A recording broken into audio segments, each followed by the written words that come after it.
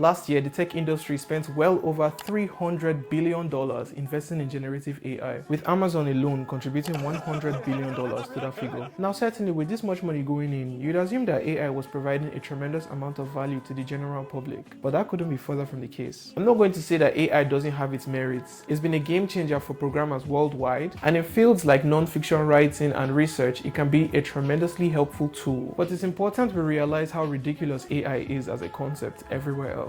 It's literally stealing memories from people, generating photographs of events that never happened. It's stealing jobs from people. It's raising up costs and making technology less accessible than it's ever been. And it's being used as a tool to harass and assault women. No woman or child should live in fear of having their image sexually manipulated by technology.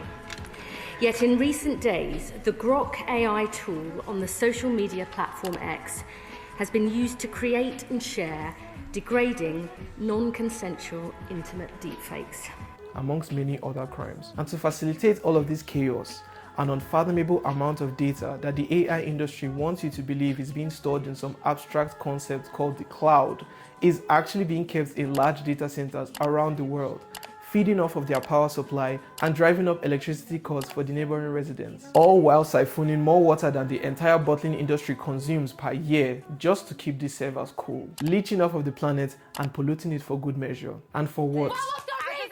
Just so people who can afford to buy anything they've ever wanted can make even more money. The current biggest sponsors behind the generative AI push are Amazon, Microsoft, Google, Meta, and OpenAI.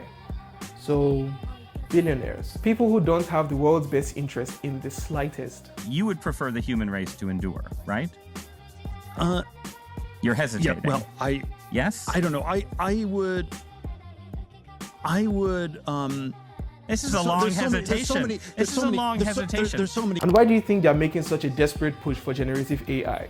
Investing hundreds of billions of dollars into something that only loses money. Firstly, the reason why there's a push for AI anything overall is so that these CEOs no longer have to deal with paying their pathetic, fleshy human employees fair wages. I mean, who asked for a self-driving Uber? I'll tell you one thing. It certainly wasn't your Uber driver. And in the world of generative AI, it's not so different. As a matter of fact, one of the main reasons behind the last major writer strike in Hollywood was to protest against the use of generative AI in the writing process. And since AI is still at a point where you can tell when it wrote a movie, the writers were able to negotiate better treatment from their employers. But what if the AI was competent enough to replace them? That is the future that these billionaires are investing in. Capitalism inherently rewards individuals that are able to hoard the means of production. It wouldn't matter if you knew how to farm or not.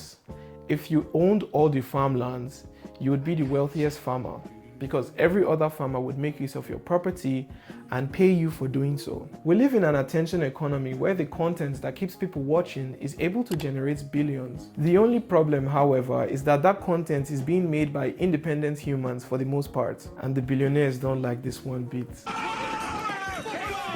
And that brings us back to the question I asked earlier. Why are billionaires investing so much into generative AI? Well, if your goal was to corner the content market, then a good place to start would be by creating a tool so powerful that every creator that used it would get a significant leg up over the competition, making a situation where you'd be shooting yourself in the foot as a creator if you were not using that tool, and then you monetize it. And just like that, every piece of content that gets made is money entering your pockets. Now, Adobe almost had this with Premiere Pro and After Effects and Adobe Premiere Rush and all the rest. But thank God for the competition. AI is being trained off of millions of terabytes of stolen data to make it this powerful tool. Generative AI promises its users power. But power to do what? Power to regurgitate the works of far more talented artists. Power to bypass all the hard work and practice it takes to actually make something. Power to exploit a system for your own personal benefit. Billionaires understand how intoxicating this power can be, so they dangle it in front of us. Generative AI may be free now, but it won't be free forever. The moment we become dependent on AI, we lose. I've met my fair share of generative AI defenders. One of them was even my roommate for a bit.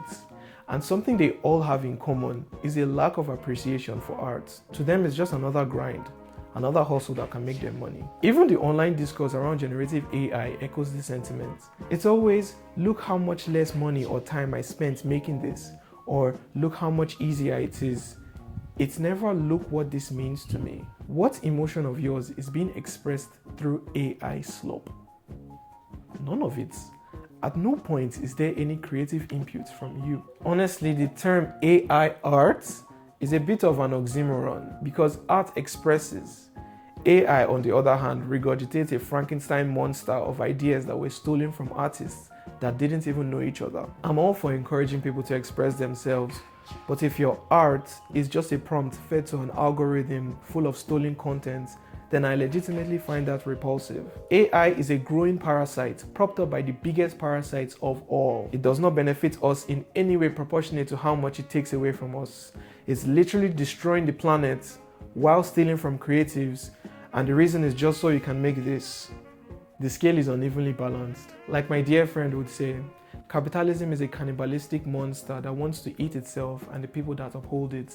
And unfortunately, right now, it has set its eyes on the entertainment industry. The plan to make AI an all-powerful tool is already in motion, and not using AI as a form of protest puts us at risk of becoming obsolete as the landscape continues to change. But we've seen this happen before. Just like how the camera replaced paintings or how cars replace horses, the prior never really goes away. And ultimately, I still believe that there are people who will value art made without AI.